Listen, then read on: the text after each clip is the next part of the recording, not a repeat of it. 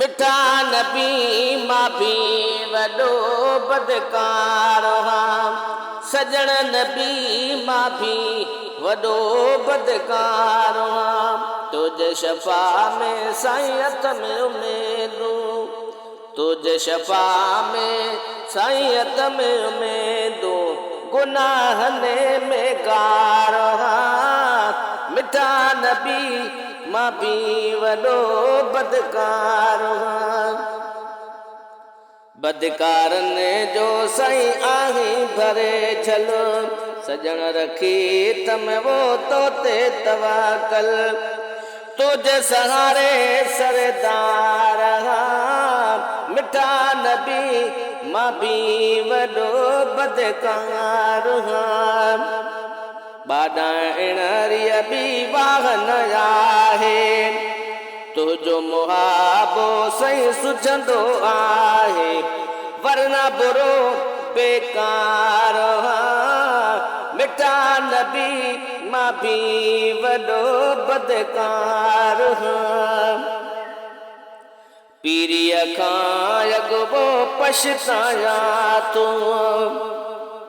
पर खलल लाग जो आड़ा ठरियो सरदार जे सदके किथां ॾिस नूह जो बेड़ो तरियो सरदार जे सदके खाधो आदम हवा दानो कढिया विया बिश्त खां ॿाहिरि वरी पोइ पख्तो आतन जो वरियो सरदार जे सदके बुतन जी हाँ कंदा पूजा रसूलुल्लाह खां अॻु में दियो तौहीद जो ॿीहर भरियो सरदार जे सदके असांजा अमल अहिड़ा आहिनि इजो थो को कहर करके मथां ईंदड़ अज़ाब आहे करियो सरदार जे सदके चवां थो सच असांखे सो खुदा तरफ़ां मिलियो आहे खुदा खां जो असां आहे घुरियो सरदार जे सदके सफ़ा आशिक अब्बासीअ खे इल्म कामिल अकुल कोन्हे त बिना तूं पियो ठाहे चरियो सरदार जे सदके पीरीअ खां पहिरियां पछताया थो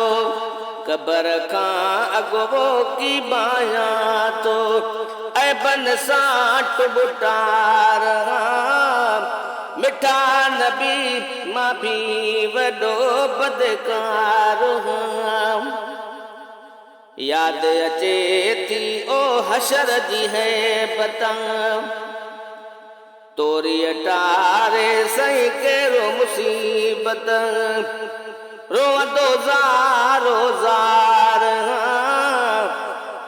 मिठा नबी माफी वॾो बदकार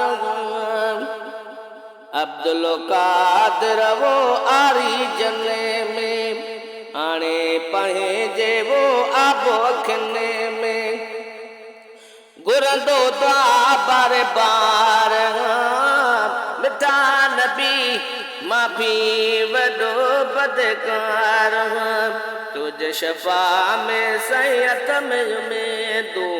है गुनाहने में गार मिठा नबी